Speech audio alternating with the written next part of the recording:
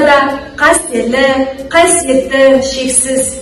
Тіл, ұлттың жаны, рухы, оның бет бейнесі, өткені мен бүгіні және болашағы.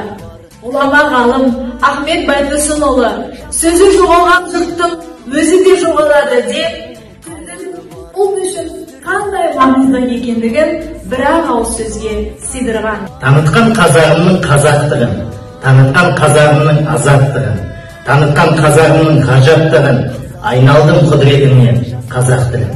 Тіл мерекесі біз үшін және еліміз үшін өте маңызды мерекенің бірі.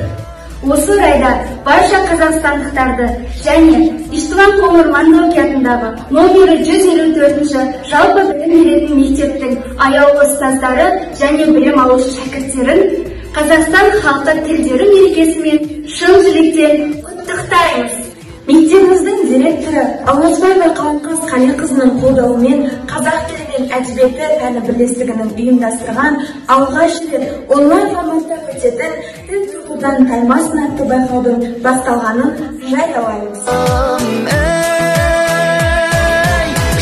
Жаза қазақ тілім, жаза ғажап дінім, баянды боп азат күнің, бағың таймасын. Жаза рухты халқым, жаза